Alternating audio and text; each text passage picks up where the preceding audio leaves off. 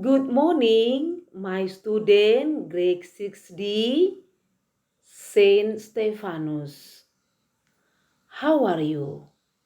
Today is Monday, 2 August 2021.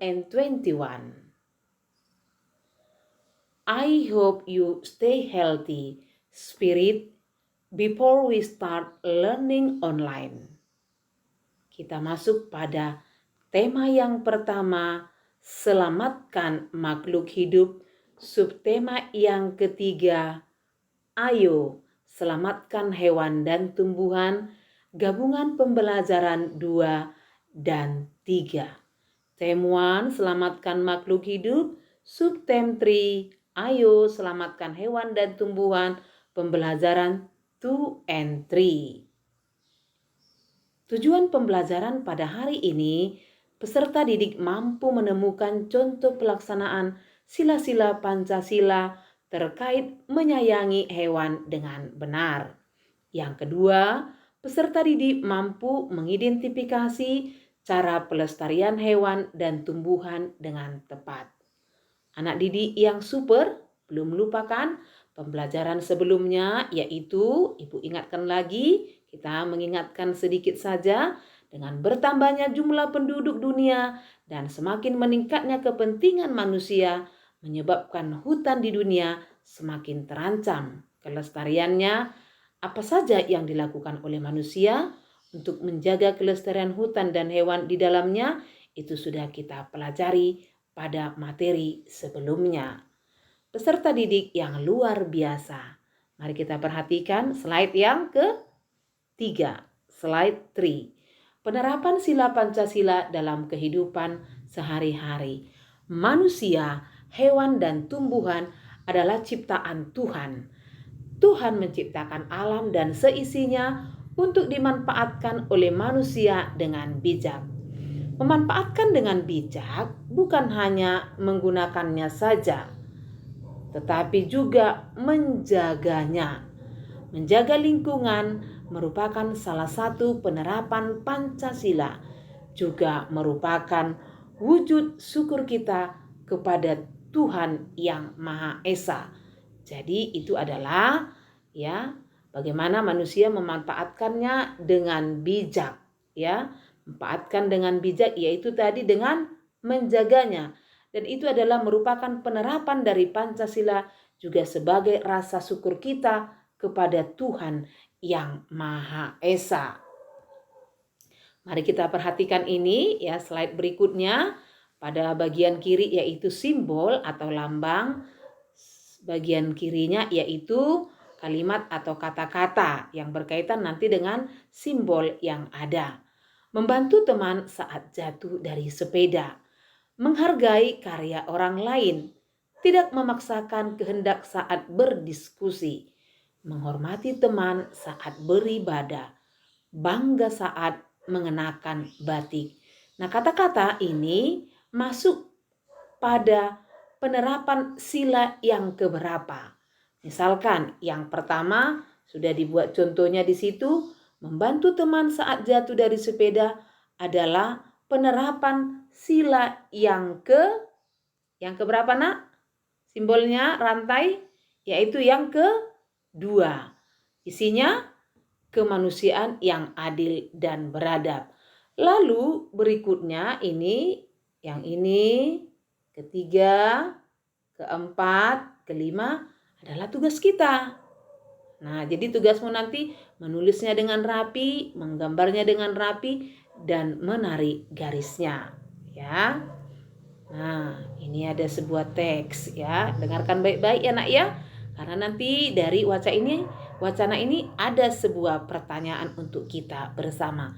Lina memiliki seekor kucing. Ia sangat menyayanginya. Kucing Lina senang bermain. Terkadang Lina mengajaknya bermain di taman atau di halaman rumah. Kalau Lina sedang mengikuti pembelajaran atau sedang bepergian, kucing Lina bermain sendiri. Memanjat atap rumah, berguling, dan bermain dengan bola adalah hal yang disukainya. Pagi ini Lina sangat sedih. Kucingnya terjatuh dari atap rumah. Saat Lina mendekati kucingnya, Lina melihat kaki kiri kucing terluka. Lina panik. Tetangga Lina adalah seorang dokter hewan. Lina membawa kucingnya ke sana. Dokter hewan sangat teliti mengobati kucing. Ia memasang perban untuk menutupi luka kucing. Setelah diobati, Lina membawa kucingnya pulang. Ia senang karena kucingnya sudah bisa berjalan kembali. Nah, pertanyaan untuk teks yang baru kalian dengar dan mungkin kalian ikuti membacanya. Jika kita Lina, apa yang kita lakukan sebagai penerapan sila Pancasila? Jika kalian atau kita Lina, apa yang kalian lakukan sebagai penerapan sila Pancasila? Ayo. Nah, kita diskusi bersama. Lina mengamalkan sila yang kedua Pancasila. Hal ini karena Lina menunjukkan kasih sayang, love, ya, karena kasih sayang terhadap hewan kucing. Dia merasa empati kepada kucing peliharaannya, love, ya nak, love, ya, tanda love, menyayangi, empati, memperhatikan kucing tersebut. Nah, mari kita perhatikan gambar ini, nak, ya. Ada apa gambar ini dengan pembelajaran kami, ya? Perhatikan dulu ini. Seorang anak sedang ngapain dia? Lalu ini apa ini? Gajah, ya. Ini, ya. Dan ini yaitu cendrawasih. Ya, ini orang hutan. Mari kita perhatikan dulu, ya. Ini adalah beberapa dari gambar hewan, ya, sebagian kecil, ya. Nah, melestarikan hewan dan tumbuhan. Beberapa hewan di Indonesia terancam punah, yaitu yang tadi anak, ya, terancam punah. Ini dia kan, terancam punah.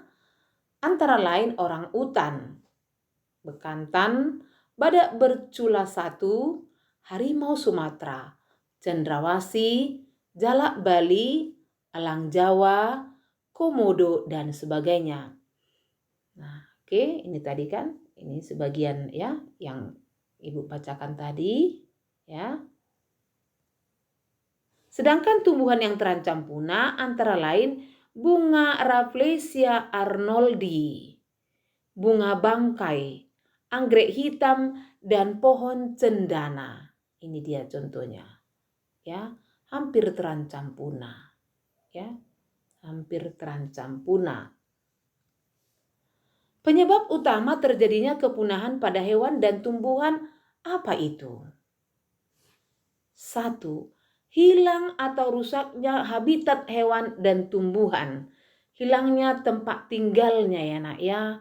Hilang dan rusaknya habitat hewan dan tumbuhan akibat ulah dari manusia. 2. Alih fungsi hutan. Alih fungsi maksudnya hutan itu digunakan untuk apa? Tidak lagi untuk habitat, tidak lagi untuk tempat tinggal hewan dan tumbuhan, tetapi ada tempat-tempat lain yang tidak seharusnya tempat tersebut untuk diganggu. Lalu alih fungsi dia. Ada beberapa fungsi tempat tersebut digunakan oleh manusia. Harusnya itu untuk tempat binatang, dia tenang di situ, atau tumbuhan, tetapi mungkin dibuat dia tempat piknik atau ditebang pohonnya, binatangnya diambil, ya, digunakan tempat percobaan, begitu. Alih fungsi hutan. Berikutnya, perburuan terhadap hewan dan tumbuhan langka. Nah, ini sangat dilarang.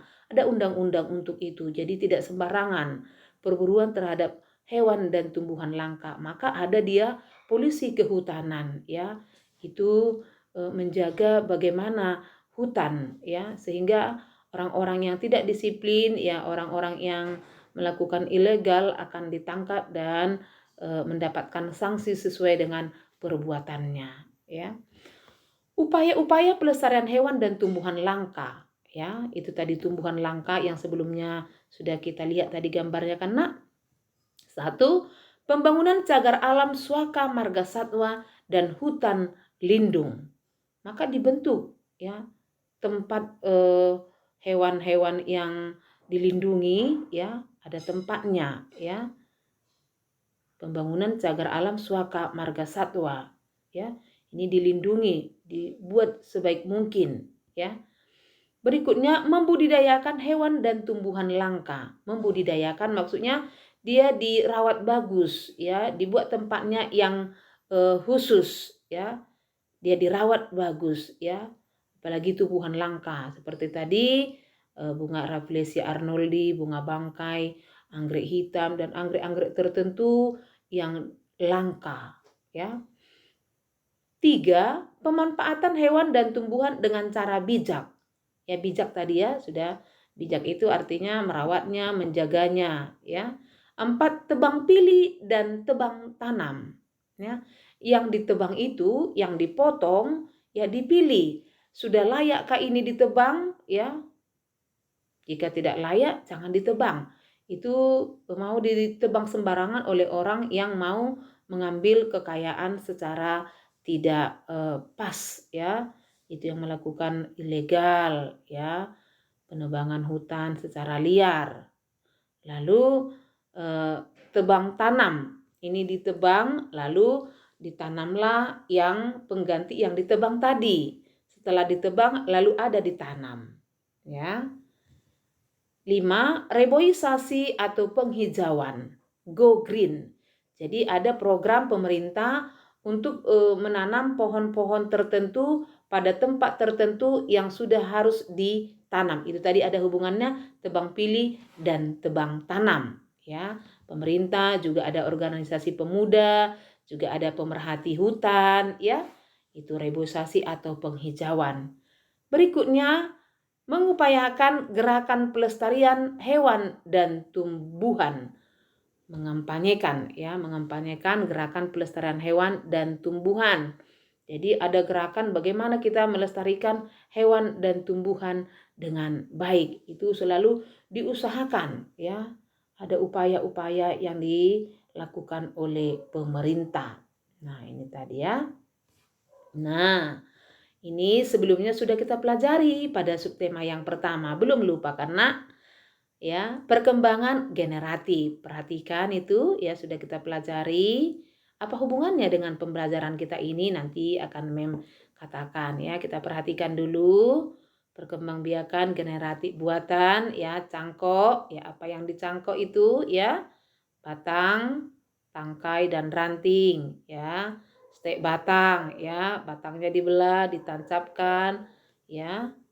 Nah, ini juga ya perkembangbiakan vegetatif alami, akar tinggal yaitu jahe ya, kunyit, umbi lapis yaitu bawang putih, bawang merah, umbi batang, ubi ya, umbi akar pada kentang, wortel, tunas adventif yaitu pada bagian ujung daripada daun ya, spora yaitu lumut, geragi contohnya dia tumbuhan stroberi ya. Nah, perkembangbiakan generatif yaitu perkembangbiakan tumbuhan melalui perkawinan sel kelamin jantan benang sari dan sel kelamin betina atau putik ya. Perkembangbiakan vegetatif yaitu perkembangbiakan tumbuhan tanpa perkawinan. Nah, padahal itu sudah kita bahas pada subtema yang pertama. Nah, hubungannya dengan pembelajaran kita pada hari ini dengan membantu perkembangbiakan tumbuhan berarti kamu telah ikut. Kita telah ikut melestarikan keberadaannya. Itulah wujud syukur kita kepada Tuhan yang Maha Esa. Jadi peserta didik kami diajak untuk melestarikan tumbuh-tumbuhan yang ada di lingkungan rumahmu ya. Nah, tugasnya apa? Muatan IPA. Menulis dengan rapi isi slide 8 dan 9. Muatan PKN tadi sudah menulis, menggambar, menarik garis dengan rapi, isi dari slide 4. Nanti kalian buka atau ada dalam buku tema halaman 128. Ya, anak didik yang baik, ya. Kita perhatikan sekali lagi. Nah, ini dia. Ya, review kembali, ya. Ini gambarnya. Nah, cerita Lina tadi, ya. Ini tadi tugasnya, ya. Lalu ini penerapan sila Pancasila, tujuannya. Nah, Ibu berharap hopefully today lesson can be understood, ya. I hope you can understood what we study today, ya. See you next time.